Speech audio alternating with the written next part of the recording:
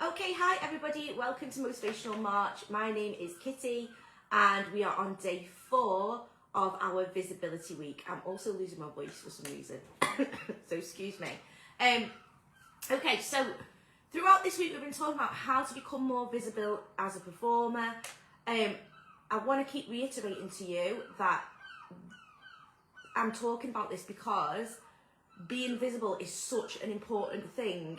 The more visible you are, the more credibility you build as being a reliable performer, the more people know about you and the more you're going to get booked. Okay, so we've talked about different things this week. We talked about the importance of visibility. We talked about how to be more visible. We talked yesterday about social media in particular, how a marketing funnel works and how we're going to use our socials to pull in those bookings. Today I'm going to really hone in on the types of content you should be sharing to get those bookings and how we're going to use this little funnel back there to start pulling people in and creating a community where people come to you to offer you bookings rather than you always having to reach out to get bookings. Okay, so I'm going to tell you this little story about me first. So when I first started performing, I was 30. I just turned 30 and I'd never performed before, but as I was coming up to 30, I was having a bit of a midlife crisis and I started going to silks classes. There was no intention of doing anything with it. I just went to the classes because the girl who ran the classes was a teacher at my dance school. She was my ballet teacher and she'd set up these silks classes and I wanted to go and learn it for fun. As part of that journey, I then did a bit of a charity show. She was doing a show and she said, do you want to perform in the charity show? So I did.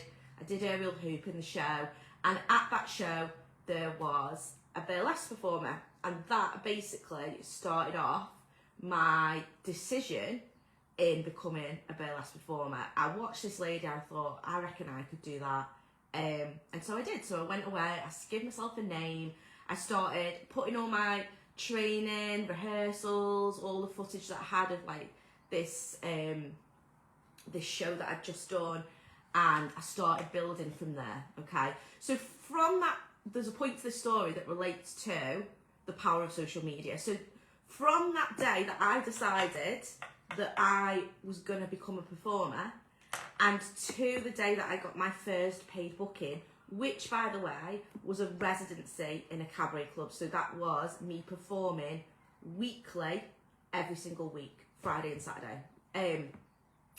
It was a month. Okay, so from the decision-making process to then was a month, yeah?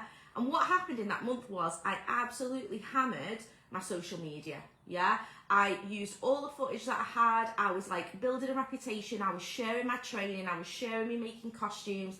I was sharing I was originally a ballroom dancer, so sharing any kind of dance footage that I had from over the years where I'd been in like student showcases for my students or whatever, all right? And I started to build up this this following of people who could see that I was on a journey to becoming a professional performer. I basically posted as if I was already a professional performer. I never said like I'm trying to become a performer. I basically, in my bio, was like, hi, I'm Kitty Campari, I'm a professional burlesque and circus performer. I'd not even been paid yet, but I'd made that decision. Yeah, and I started showing up on my socials like that. To cut a long story short, I go for this audition at this cabaret club, and they didn't even audition me. They gave me the job on the spot. They just were like, we really want you. We've seen all your stuff on social media. We want you to be part of the troupe. And I got the job. So basically it was performing, it was like burlesque performances, but also you were part of a chorus as well. So there would be like group routines. There was a singer that we would like dance back in for as well. So it was like a cabaret club, kind of like the one that's on the show Burlesque, yeah.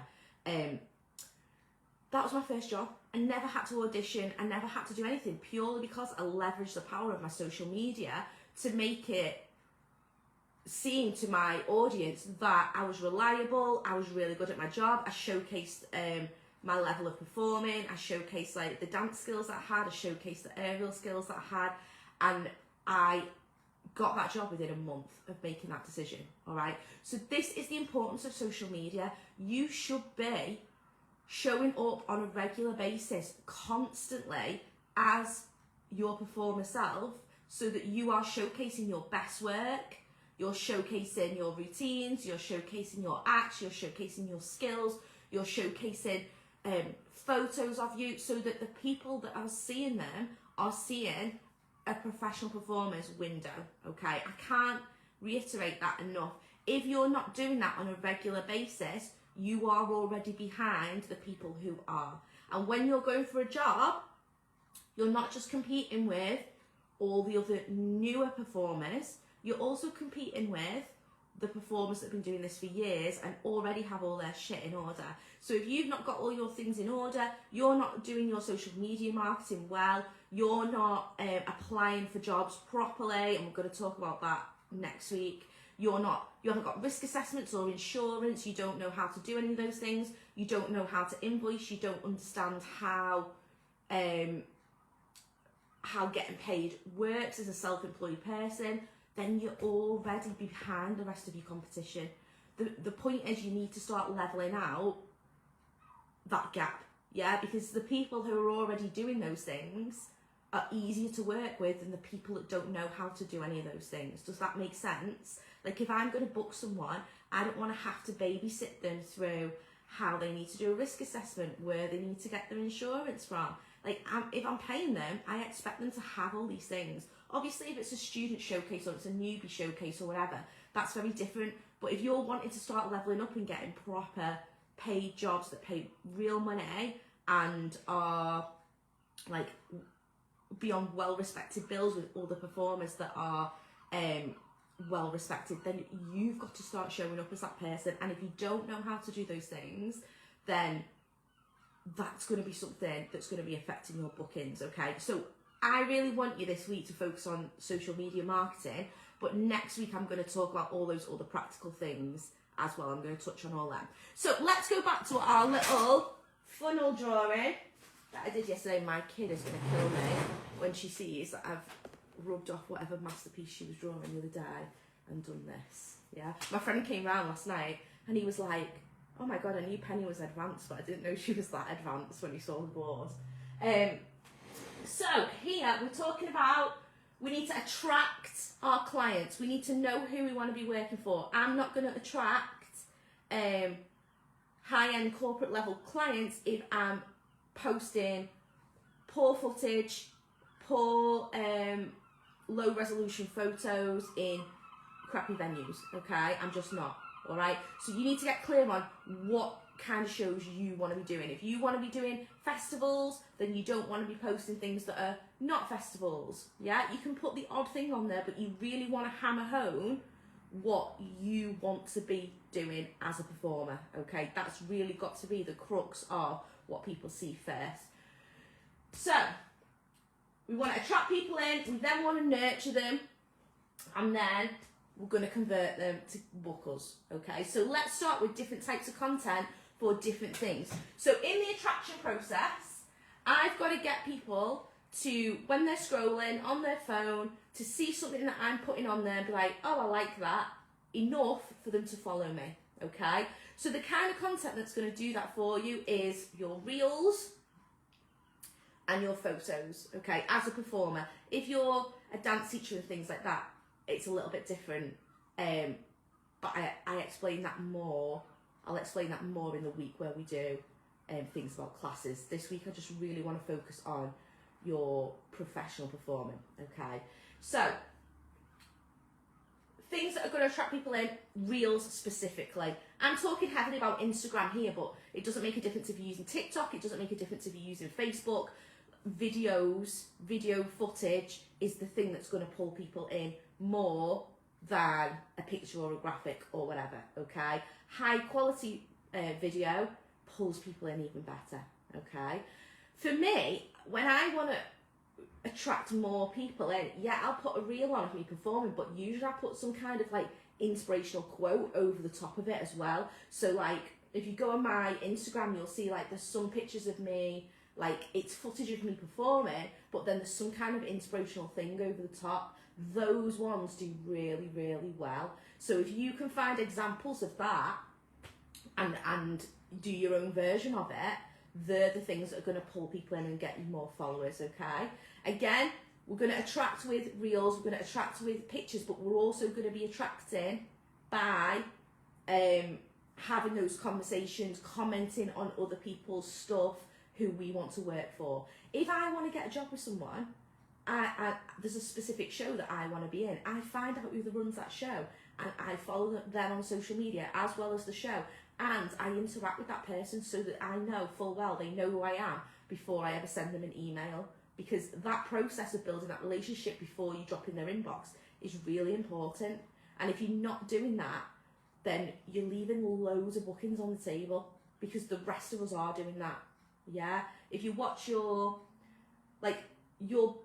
people that you look up to who are your performers that you want to be like, they'll be doing that already, and they have the added bonus of, because they've been in the industry for such a long time, they already have relationships with these people that they've built up over years. So again, that's why as a new performer you've really got to do all the things, because you're already competing with people who've already created those relationships. Does that make sense? Like if I'm going to book someone, I'm going to book someone that I already know and trust, or feel like I know and trust.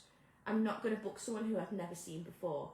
Yeah, that makes absolutely no sense. If I say to you guys, you've never seen me before, and I say, oh, by the way, I'm running this course for professional performers, come and listen to me, you're just not going to. You have to have seen me like multiple times. You have to see me actually perform. You have to see footage of me as a performer. You have to see that I'm getting booked, or that I've had like a successful career, before you're going to trust that I'm the person that you should learn from. It's just common sense, okay? So, reels, pictures of you performing, or your attraction stuff, okay? Your nurture stuff, again, yes, you need to keep going with your pictures and your reels and stuff like that, because you're continuously showcasing what you're good at and what you've got available. So that's part of the nurture process. But also part of the nurture process is people finding about you, who you are as a person, what do you stand for, what are your values, okay? So as a performer, what are your values? Do you have any values? Have you ever thought about this? The first thing we do in my Showgirl Success strategy for any of my clients that join it is we sit down and we figure out what people's values as a performer are, because that is the crux of your identity as a performer.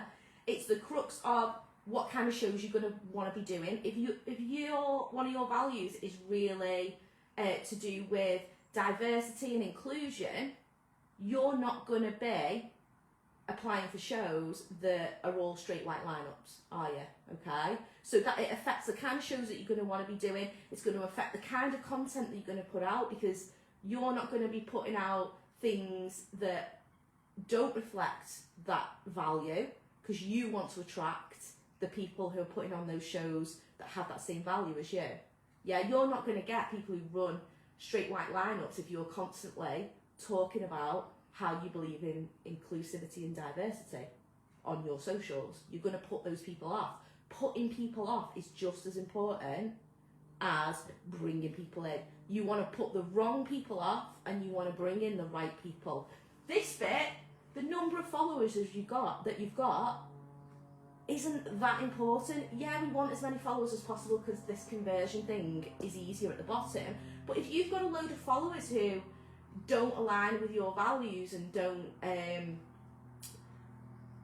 engage with your content, then you're actually doing yourself a disservice. It decreases your engagement and it actually messes up this whole thing. So we only want to be attracting people that believe the same things as us, people that are into the same things as us, because they're the people we want to work with. At the end of the day, you want to work with like-minded people. I don't want to work for dickheads, okay? When I was in the circus, this is a bit of a story, the guy who ran the circus was not the guy who booked me. The guy who ran the circus was the dad of the guy who booked me, and he was super misogynistic, not a very nice man at all, and I really did not get on with him in that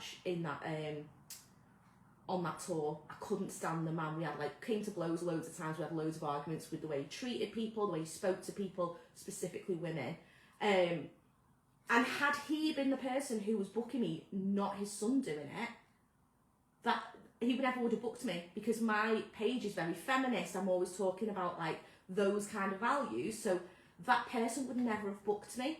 And if he was running his social media page, I would have never accepted that job, because that would have come through. Does that make sense? So it's really important that you're showing your values and you're showing what you stand for as well, because you want those kind of like-minded people booking you. Otherwise you end up working for people who haven't got the same values as you, and that's not a nice working environment. So this is attraction marketing. You want to attract the people in who you want to work for, but you also want to repel the people that you don't want to work for. So you've got to be really strong with your values in this section. So you'll know from my Successful Showgirl one, you know what my clear content pillars are, my clear values. My clear values are community over competition, kindness, paying performers properly. They are my 3 biggest values that run through that business. And every time I make a piece of content, or almost every time I make a piece of content, one of those content pillars is running through my my content. So if I make a meme or something, one of those 3 things, it will be related to one of those 3 things, okay? So you need to figure out for your nurture process, what are your values as a performer, and also what are your content pillars going to be? Are you going to be an inspirational performer? Are you going to be a performer? There's some performers out there who love a bit of rage baiting. That's not how I would do it, but you know the ones who I mean, and they obviously get booked by the kind of people who like that kind of thing. There's room for everybody to, if you're doing this kind of attraction marketing though, this is how it works. There's room for everybody because you attract your kind of person, okay? If you want to work big corporate events and stuff like that, then it's an agent that's booking you. It's still a person behind that agency. Yeah, the client chooses from the pictures that they get sent, but essentially to get your foot in the door of the agency, there's a person behind that agency, and that person will decide whether you gel with their company values or not. So that's why this bit is important. You've got to nurture your audience. You've got to be sharing your values and sharing your footage and your pictures to show what you've got on offer, okay? And also in this nurture bit, people like to see you and your personality because they want to see who they're going to work with as well. So in my nurture stuff, I don't do this purposefully, but it is part of the process. I'll share pictures of me with my daughter, or I'll share pictures of me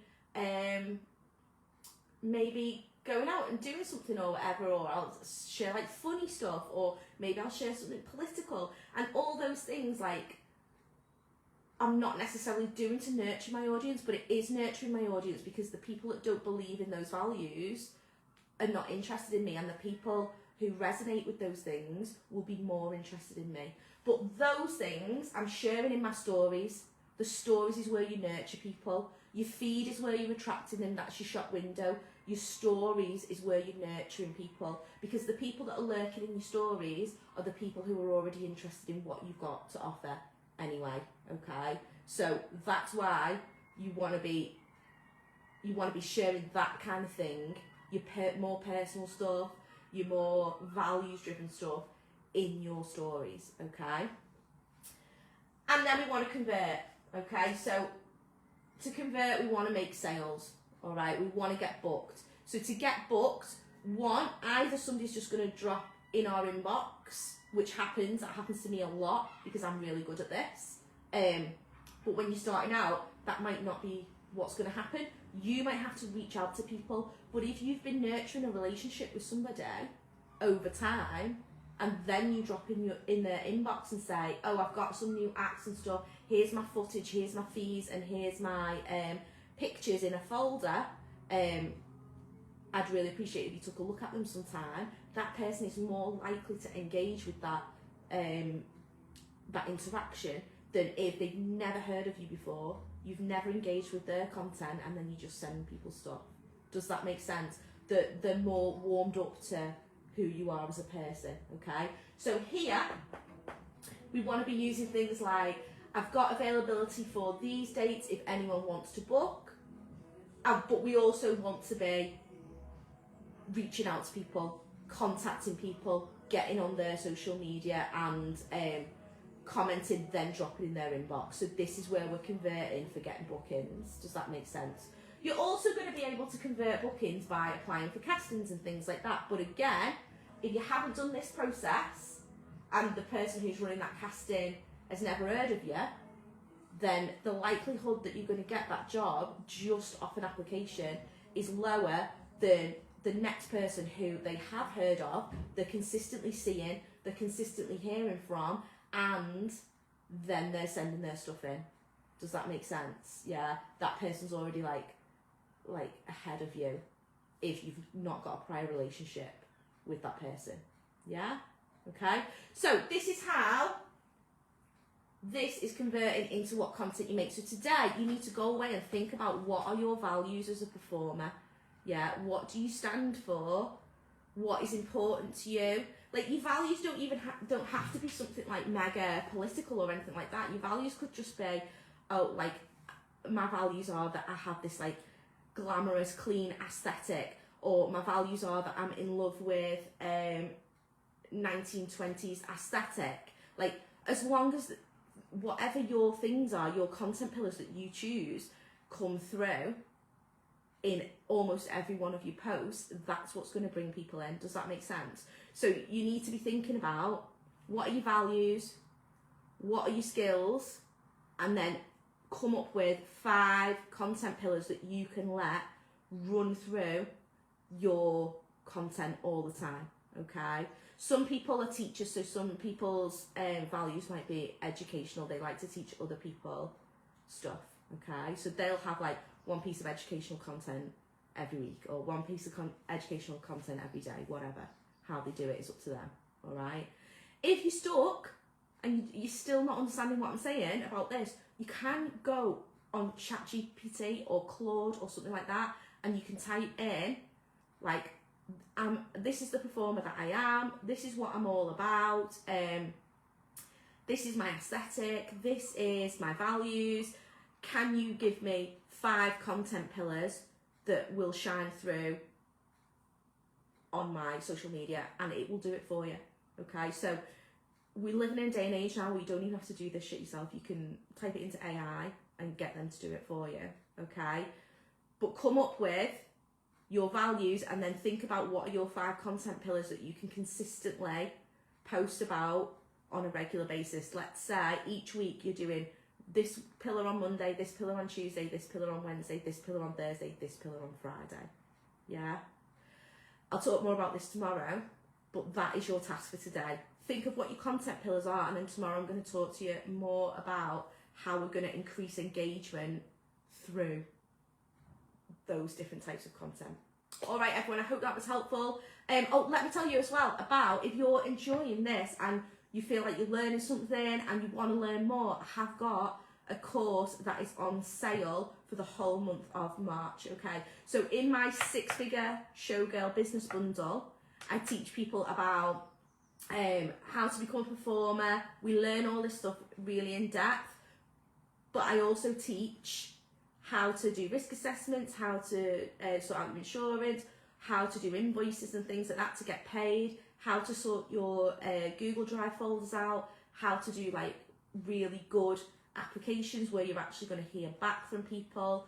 So that's in the first course, and then there's 2 other courses in there as well. There's Passive Income for Performers, which teaches you how to create a side hustle as a performer, an online side hustle, and then there's 6-figure Showgirl, which teaches you how to basically take those 2 things and add extra income streams in. So it might be how to get more people into classes teaching, how to run large scale events like I do, how to step it up a notch and basically make more sales. So all 3 of those courses are included in that. It's normally 297 quid, but there's 80% off this month, and you can pay in 3 if you pay with Klarna, okay? So I'll pop the link for that below. But I'll be back tomorrow where we're going to talk more about how to increase your engagement with your content. All right, everybody. Bye.